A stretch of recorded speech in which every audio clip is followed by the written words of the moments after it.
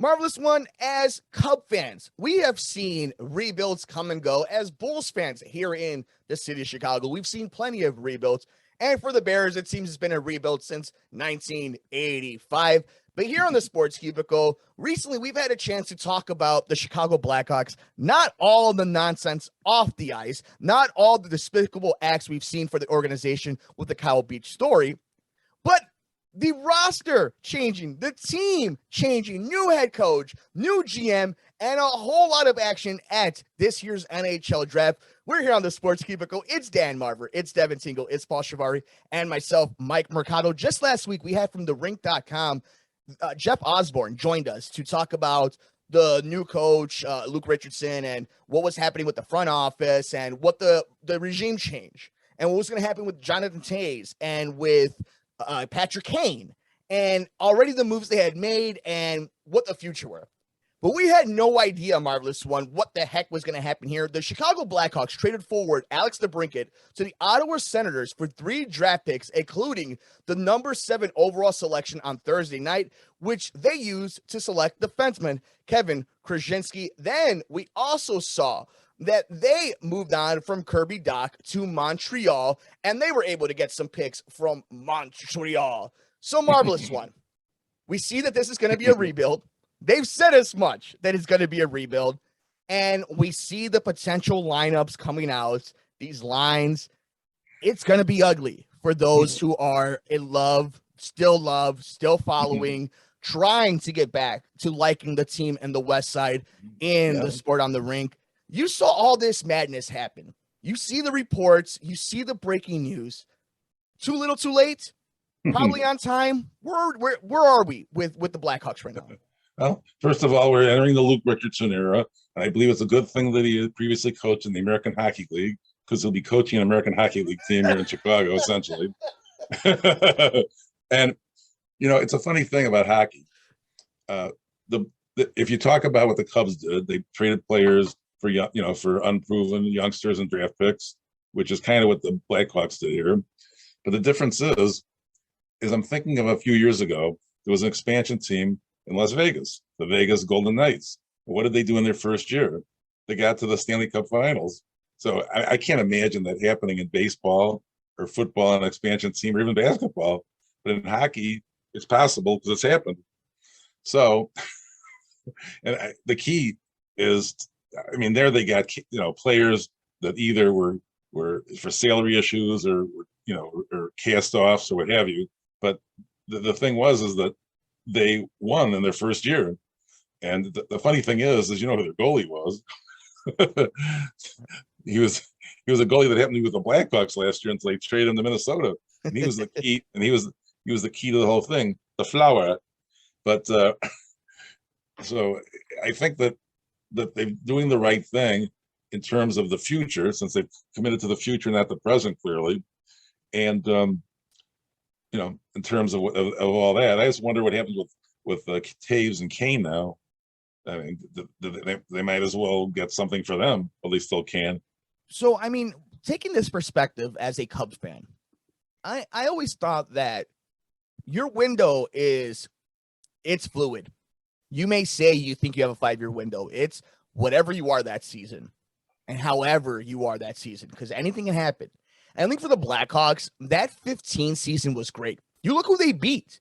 They beat the team of their generation and those Tampa Bay Lightning. It took a lot out of those Blackhawks teams. That Blackhawks team went to wars in the Western Conference.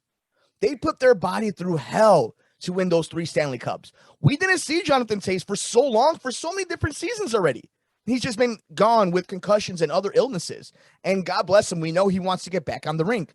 Patrick Kane, say what you will about him on or off the ice as a guy. One of the best talents we've ever seen, one of the best American talents we've ever seen. What we saw with Duncan Keith and Brent Seabrook, and you just go down the list, and it didn't hurt that you had Joe Quenneville as your coach. While all this is going on, they do have all that negativity going on in with the Kyle Beach situation, and it's just fascinating how it's kind of trickled down to this point. And I think that as Cub fans, when you see these rebuilds happen, you rather be a year early than a year late. I think that's one thing Chicago fans need to understand, because even though we're a championship city as a sports fandom, we've seen a lot of great teams. We fall in love with players. We fall in love with try-hard players. We overvalue players here in this city more than anybody else. Maybe Pittsburgh might be more than this city that when it comes to doing that. The Blackhawks should have moved on and rebuilt a long time ago. Patrick Kane, as much as I would love to see him break all the American records here in Chicago, break every Blackhawks record, the fact remains is if you want to win another Stanley Cup, if you don't want to wait another 50 years before you win one, you have to pull the trigger. And I think you don't have any value with Jonathan Toews anymore. So that ship has sailed. What are you going to get for Jonathan Toews? Patrick Kane can help a team win in the NHL right now. But as Jeff Osborne told us last week, the league kind of changed a little bit from when the Blackhawks were winning Stanley Cups. And you have to now adjust to the way the league is playing. It's the same thing in the NBA and the same way in the NFL. If you're not with the current, if you're not able to be a big super beast of a team that also flies up and down the rink and has 4 great lines like Tampa Bay and Colorado, you're not winning. And you can't disguise weaknesses on your team because you have greatness on every single line with at least one player like the Blackhawks did. You need to have a complete roster. And I think that's what this team wasn't able to do, whether it was contracts, whether it was with injury, whether it was because of the emotional ties to these players. But I think the Blackhawks are ripping the Band-Aid off finally. And I wish they would have done it a long time ago. But I'm also not going to sit here and pretend like I'm this diehard Blackhawks fan and that it doesn't affect me the same way it does somebody who watches every single game. You and I were right here. I may have gotten to the end to it faster when it came to the Cubs being broken up than the rest of us on the show. That didn't mean it didn't suck when Chris Bryant was finally let go. It doesn't mean it's going to suck when Wilson Contreras goes. That doesn't mean it's not going to suck when Patrick Kane is wearing a different sweater. But if you want to be great again, you got to do it.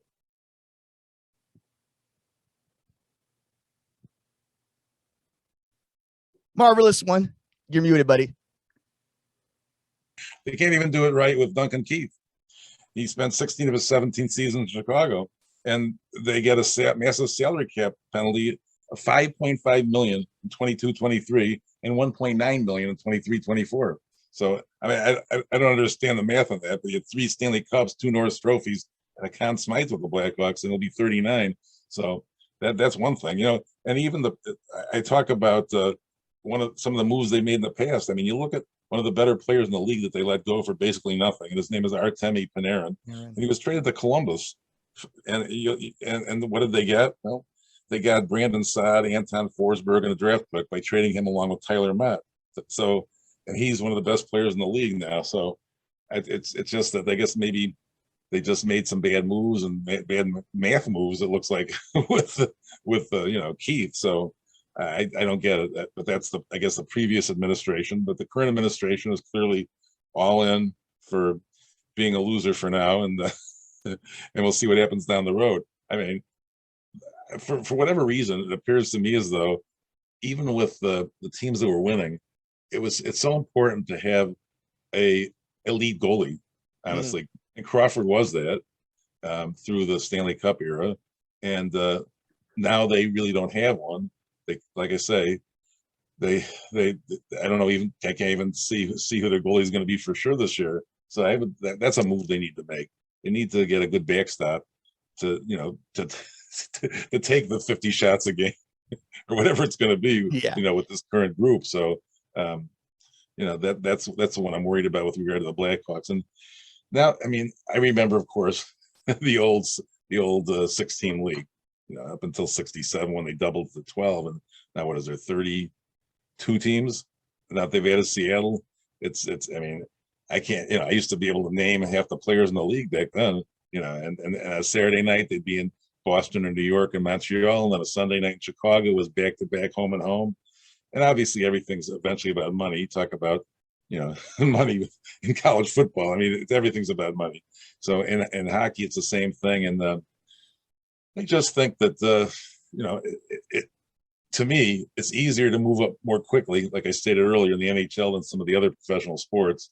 But I don't think that that's going to happen with the Blackhawks again anytime soon. Who's going to get to a championship final first, the Blackhawks or the Cubs. That would be a good race. Ooh, let us know on Twitter at Sports Cubicle TV which rebuild ends up with the championship faster, the Chicago Bears, Chicago Cubs, or the Chicago Blackhawks. And you bring up the Blackhawks, how fast it could be in the NHL. I mean, 1 through 8, including those play-in teams, you get a lucky bounce on the rink. The ice is a little too sloshy in Florida. Your goalie isn't playing on his head, or is. You can get to the Stanley Cup, and that's the difference between hockey, the NFL, and the rest of the sports.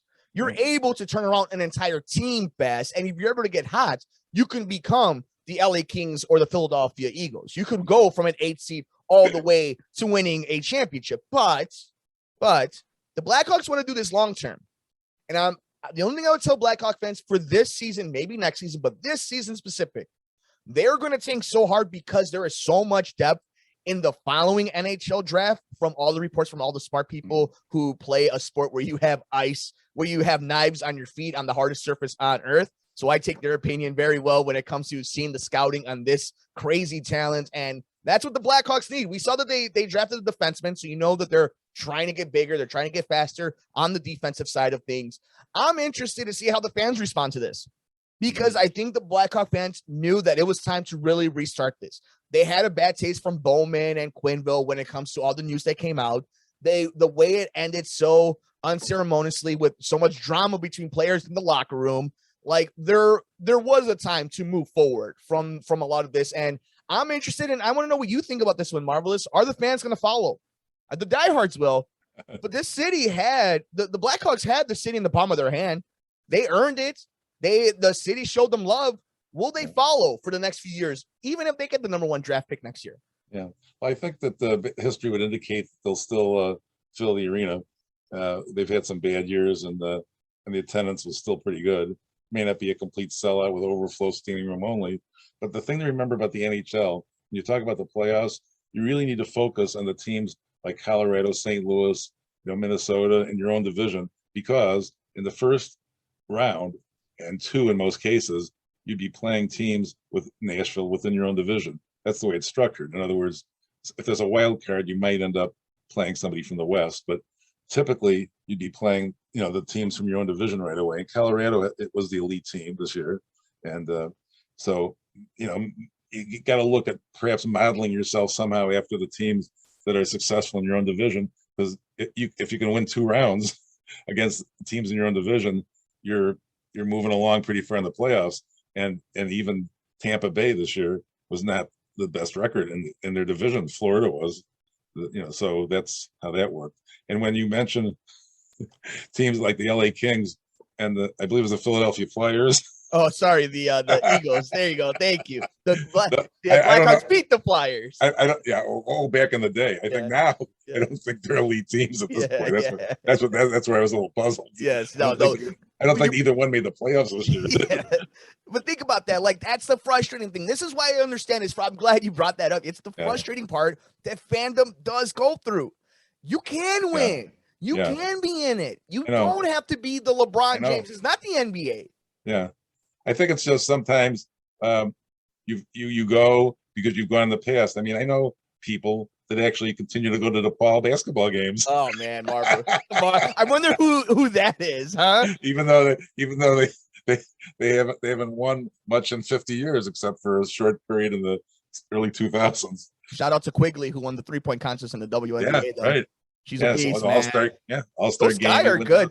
The Sky are good this year again too. People better watch out. Candace, we got to do a top 5 list of all-time Chicago ballers, and Candace is going to be up there too, by the way. Definitely. But back to the one team that isn't balling in the Blackhawks, the fans coming back. I think you're right. There's crazy fandom. It's a big city. It's a beloved team. It's an original team. I guess I want to end it on this one for right now, because we don't know what the future brings. But if you had to bet $5, bet a coffee. Mm-hmm. Does Patrick Kane finish the season with the Chicago Blackhawks? What is his contract status? I'm not sure. Yeah, I'm not sure. I think that would be a factor.